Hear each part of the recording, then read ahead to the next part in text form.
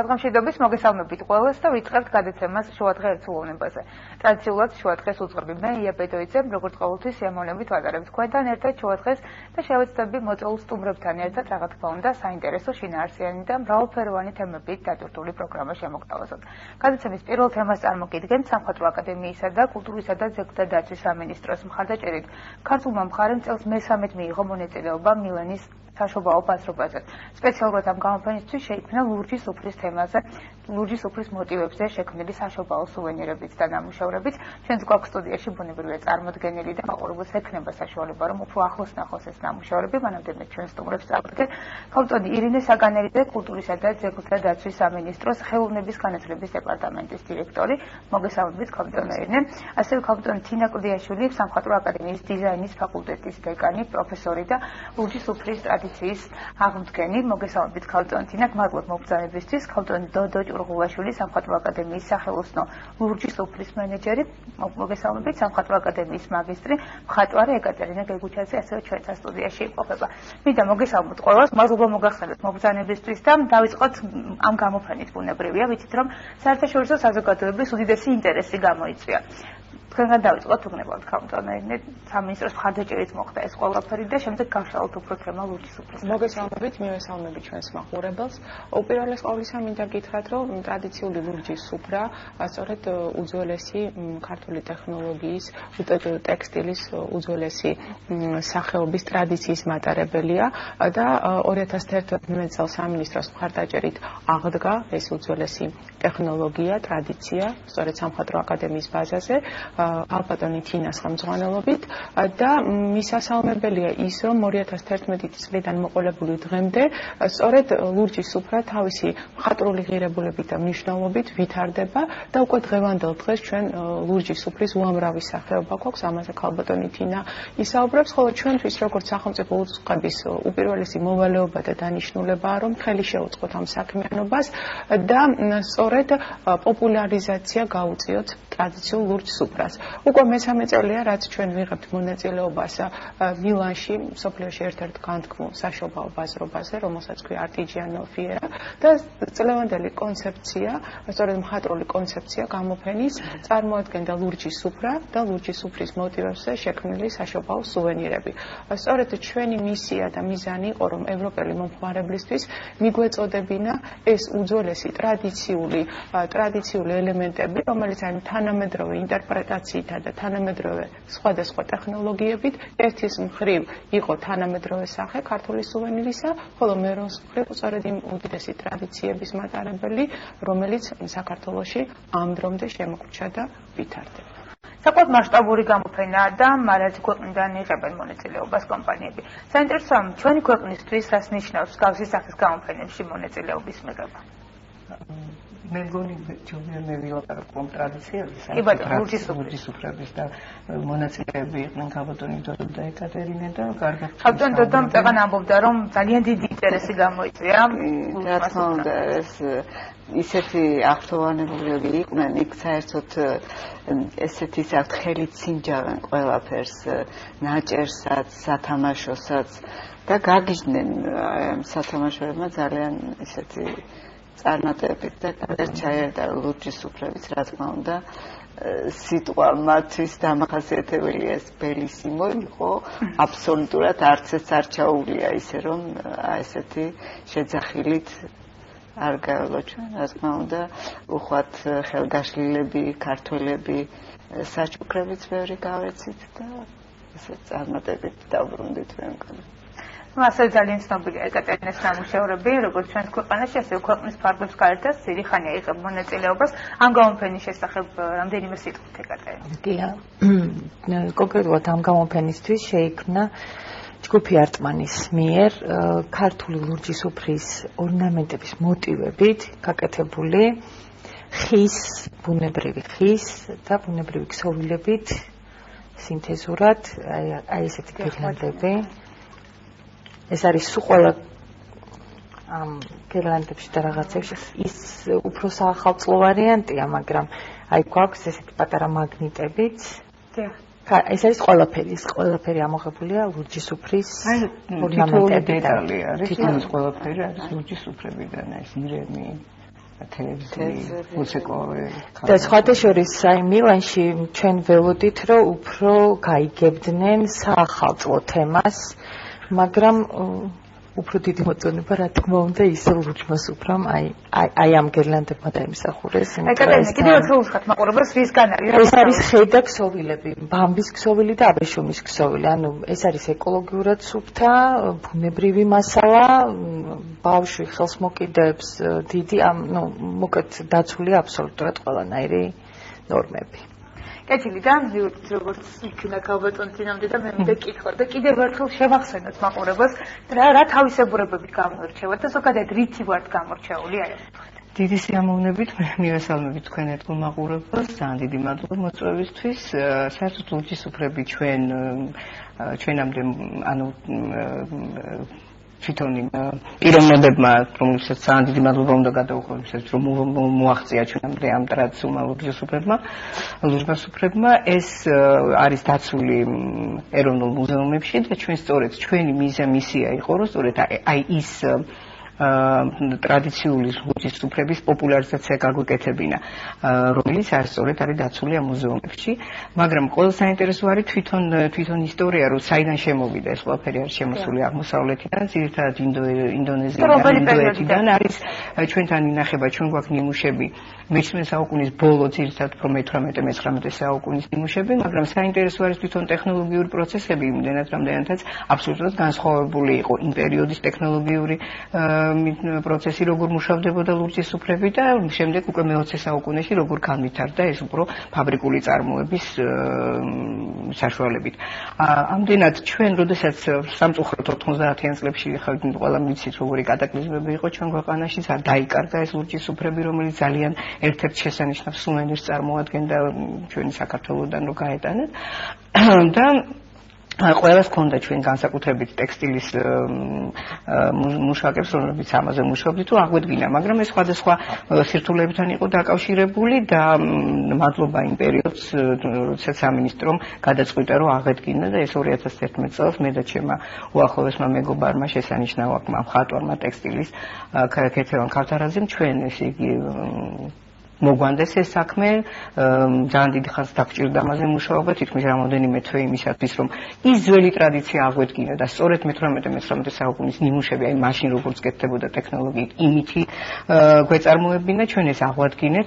შემდეგ გავაკეთეთ არაჩვეულებრივი პრეზენტაცია კულტურის სამინისტროში, შესანიშნავი ნამუშევრებით და მე მოხდა ესეთი პატარა ლაბორატორია აგვიშენა კულტურის სამინისტრომ, ასე შეუწყო სამხატვრო აკადემიას ხელი, იმიტომ რომ სამხატვრო აკადემია გარდა იმისა, რომ ლურჯის უფლების აღდგენა მოხდა ჩვენ ვასწავლეთ ჩვენ ახალგაზრდებს და ისინი უკვე თანამედროვედ აი ამ ელემენტებს სწორედ იყენებენ იმისათვის, რომ თანამედროვე ნიმუშები თავისებურად შეასრულონ და ყველა საინტერესო ის არის, რომ ეკატერინეც, რომელიც არის ჩვენი მაგისტრანტი და არაჩვეულებრივი ტექსტილის მიმართულებით არის, სწორედ აი ეს შესანიშნავი ნამუშევრები, ეს ელემენტები, რომელიც დამახასიათებელი არის სწორედ ლურჯის უფლებისთვის, იმიტომ რომ აღმოსავლეთთან როცა შემოვიდა, იქ იყო ძირითადად, აი ვთქვათ, თქვენ ხედავთ აქ აღმოსავლურ მანებს, არის მედალიონი, მაგრამ ლურჯის უფრა რატომ არის და რატომ ქვია მას, იმიტომ რომ ის იღებებოდა ინდიგოთი, რომელიც არის ბუნებრივი ლურჯ ფერს გვაძლევს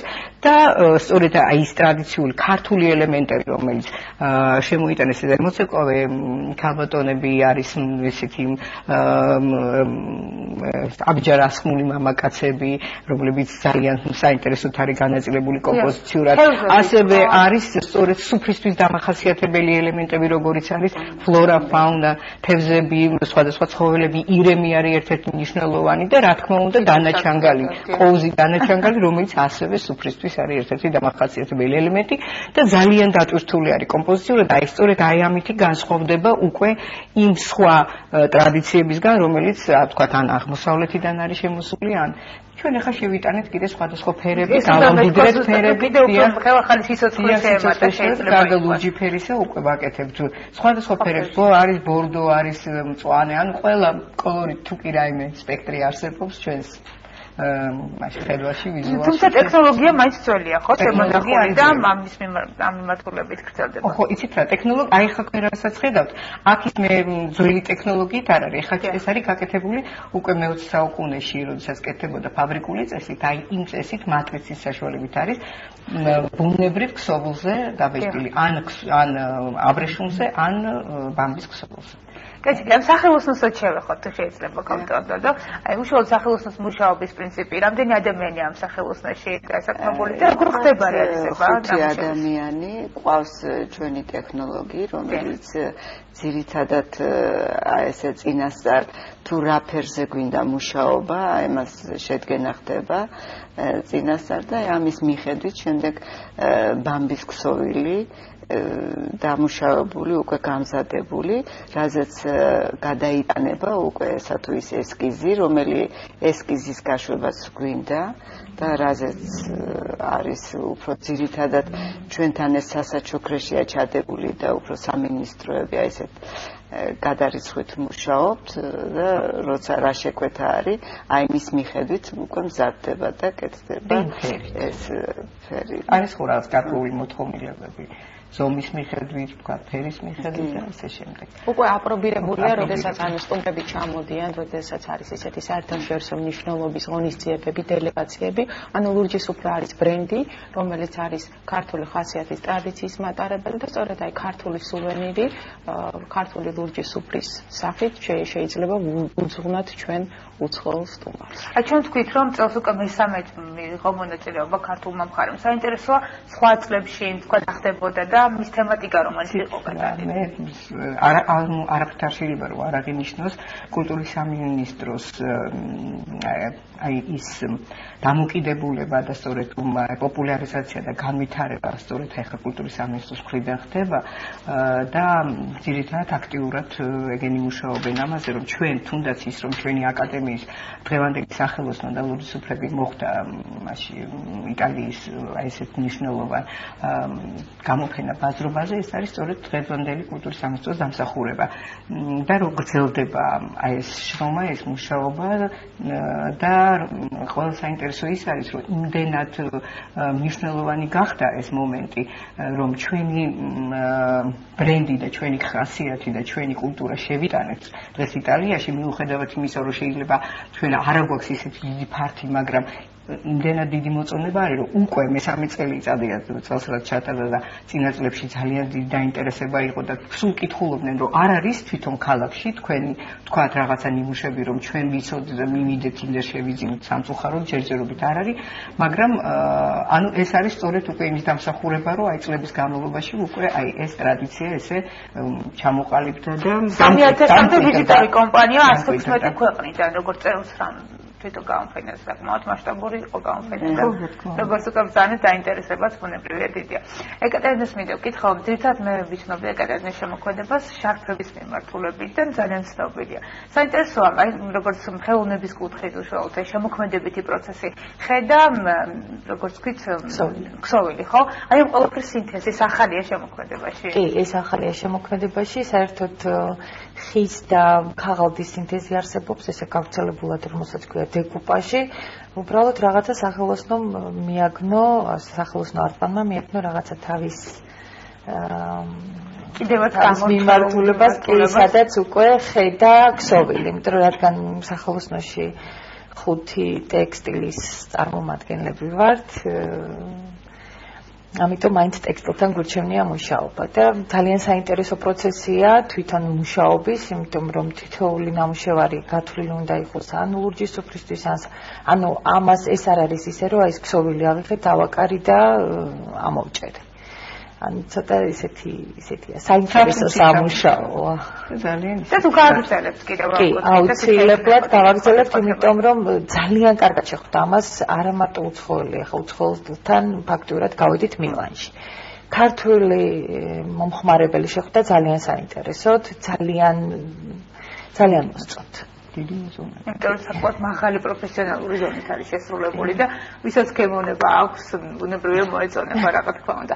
ძალიან აიტანეს ეს ლურჯი სუფრის თემა ხელოვანებმა და არ მხოლოდ სუფრის თემატიკაზე შეიქმნა ასევე აქსესუარებით, ხო, როგორც ვიცით და ამ კუთხითაც უწყობს სამინისტრო ხელს, მე ვიცი რომ ქვეყნის ფარგლებს გააჩვენეს ეს გადიან ხელოვანები, გაიტანონ ნამუშევრები და ერთ-ერთი თქვენი მეგობარი, რომელმაც სწორედ ლურჯი სუფრის თემაზე შექმნა აქსესუარები, არაერთგვაროვანი ნამუშევრები. ანუ ის რაც არის უკვე მოთხოვნადი ჩვენ ვცდილობთ რომ რეალურად ეს არეალი საქმიანობის ერთის მხრივ ხელი შეუწყო ჩვენი ტრადიციული რეწვის ოსტატებს ნამუშევრების რეალიზაციაში, საქმიანობის ხელშეწყობაში და მეორეს მხრივ რომ სწორედ მათ ჩვენის მხრივ მხარი დაუჭიროთ ამ ძალიან ხარისხიანი პროდუქტის შექმნაზე და ის რომ ქართული პროექტი დღევანდელ დღეს ჩნდება და პოპულარობით სარგებლობს ევროპულ ბაზარზე, სწორედ მათი საქმიანობისთვის გვინდა რომ ხელშემწყობი ფაქტორი იყოს. აი ხა სულ მალე ერთ კვირაში არა ეკატერინე დაახლოებით 22-23 დეკემბრიდან ჩვენი კინოს თეატრის მუსიკის და ქორეოგრაფიის მუზეუმი სწორედ ქართულ საშობაო სუვენირებს უმასპინძლებს, ჩვენ გვექნება დიდი გამოფენა და უკვე ჩვენ საზოგადოებას სწორედ აი ქართული სუვენირებით მიულოცავთ ახალ წელს და სწორედ დათვალიერების შეძენის საშუალება ექნებათ კინოს თეატრის მუსიკის და ქორეოგრაფიის მუზეუმში დირექტორმა ბატონმა გიორგი კალანდიამ გამოთქვა კეთილინება და ინიციატივა, რომ ესეთი ტიპის და სახის გამოფენა ყოფილიყო, რომ ყველა ქართულ ოჯახში ქართული საშობაო სუვენირი მოხვდეს. ძალიან სასიხარულოა მსგავსი სახის გამოფენების არსებობა, ჩვენ გვექნება იმედი მაქვს საშუალება, რომ ეთერშიც უმასპინძლოთ ორგანიზატორებს და უფრო ცვლად მივაწოდოთ მაყურებელს ამ გამოფენის შესახებ ინფორმაცია. ქალბატონ თინას მინდა ვკითხო, ის პერიოდი ცოტა უკანო დავბრუნდეთ, როდესაც გადაწყვიტეთ, რომ აღდგენილი იყო ეს უძველესი ტრადიცია და თუ ვფიქრობთ, რომ ასეთ მასშტაბებს მიიღებდა, ну ბუნებრივია იყო მხარდაჭერა და ძალიან სასიხარულოა რა თქმა უნდა. იცით რა, მოლოდინი ნამდვილად იყო, იმიტომ რომ მთელი ამ წლების განმავლობაში სულ იყო კითხვები, რომ სად დაიკარგა, რატომ არ არის, რატო აღარ არსებობს, იმიტომ რომ ეს ყველაფერი კეთდებოდა მაშინ, ძირითადად კეთდებოდა მაშინ და აბრეშუმის ფაბრიკაში იყო რაღაც გარკვეული განყოფილება, სადაც ეს კეთდებოდა ფოტოფილმების ტექნოლოგიით და იყო ესეთი სოლანი ცნობილი, სადაც სოლანში სადაც ეს მზადდებოდა. სხვადასხვა ტექნოლოგიებია, სხვათა შორის არის მატრიცაცით შეიძლება იყოს, თქვა, დღებით გაკეთებული, შეიძლება იყოს მატრიციდან გადატანილი, შეიძლება ამოდახვით გაკეთება, ანუ ლურჯიდან თეთრის ისეთი სპეციალური სითხე ესმევა, რომლის საშუალებითაც შეიძლება რომ ლურჯიდან ამოიღო და თეთრი ორნამენტი დაждდეს. ანუ ეს ყველაფერი ძალიან ისეთი იყო, მოთხოვნადი იყო. მაგრამ სამწუხაროდ აღარ არსებობდა. უბრალოდ ფიზიკურად აღარ იყო ეს ყველაფერი და სწორედ აი ამ ძალიან დიდმა სურვილმა ეტყობა თვითონ ჩვენი ქართული, აი სწორედ მე ვფიქრობ, რომ აი იმ პერიოდის კულტურის სამინისტროს გადაწყვეტილება სწორედ და ინიციატივა მან იმიტომ გამოხატა, რომ ჩვენი დღეს აღმოჩნდა, რომ ლურჯი სუფრები ჭირდებოდა და ვერსად ვერ შეუღობენ. და ამ დროს ვიცოდით, რომ ეს ძალიან ისეთი ტრადიციული იყო, მოთხოვნადი იყო და თუ კი არის შესაძლებლობა იმისა, რომ ეს აღვადგინოთ. რა თქმა უნდა, ჩვენ ზეგანაც თქვი და გავიმეორებ, რომ ტექსტილში გქონდა ჩვენ სულ ამის სურვილი, რომ ეს აგვედგინა, მაგრამ საშუალება არ ქონდა. და როგორც კულტურის სამინისტრომ შეგვიწყო ხელი, აი ესე ჩვენს მხარში ამოუდექით ჩვენ საყვარელ საქმიანობასაც და მივახციეთ იმას, რომ დღეს ძალიან პოპულარული გახდა და როგორც ილინა ამბობთ, ნამდვილად ბრენდია დღეს ჩვენი ლურჯი სუფრა. კეთილი, ну ვიცით რომ უმაღლესი ხარისხის არის, მაგრამ მინდა მაინც მაყურებელს მივაწოდოთ ინფორმაცია, გამოყენების კუთხით თვითონ მასალას გულისხმობ. არა, მასალა ნატურალური აბრეშუმი და ბამბა, რომელიც ისეა დამუშავებული, რომ აქ უბრალოდ კითხვას ვსვამენ ყოველთვის რეცხვის შემდეგ როგორია. არაფერი არ მოსდის.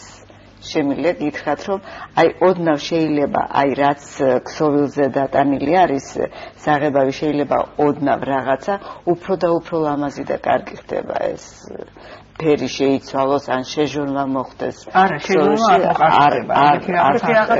ანუ თეთრი ორნამენტი რჩება თეთრი. ეს არავითარ შემთხვევაში არ. მანქანაში ჩვეულებრივად 20 გრადუსზე ირეცხება პრობლემა ნამდვილად არ არის.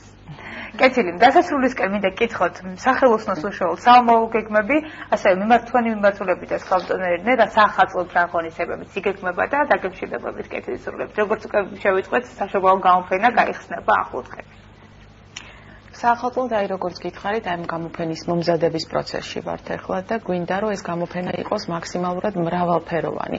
იმიტომ რომ გარდა ლურჯის უფრა ვიცით, ეკატერინესთან ეს დეოკუპაჟის ტექნოლოგია ვიცით, მინანქარი თქვენთვისაც არის ცნობილი, კიდევ არის მინის არაჩვეულებრივი სუვენირები, სამკაულები, თიხის სხვადასხვა ჭურჭელი, რომელიც სწორედ ამ ლურჯის უფრის მოტივებს ასახავს და გვინდა რომ სწორედ აი ეს საშობაო ფორმატი რაც შეიძლება მრავალფეროვანი იყოს და ჩვენი საზოგადოებისათვის საინტერესო და ასე ვთქვათ, აი ქართული სუვენირებით შევეკებოთ ახალ წელს.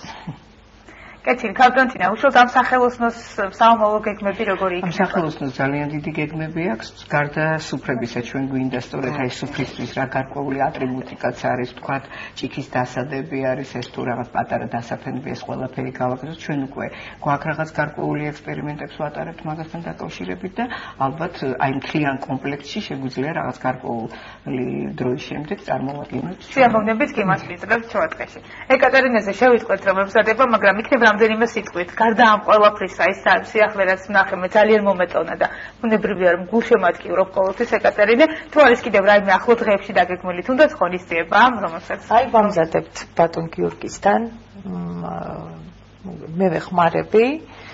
როგორც ყოველთვის ჩვენ გვაქვს რაღაცა ურთიერთობა კიდევ სხვადასხვა არის გამოფენილი, შარდენის ქუჩაზე არის სამხატვრო აკადემიის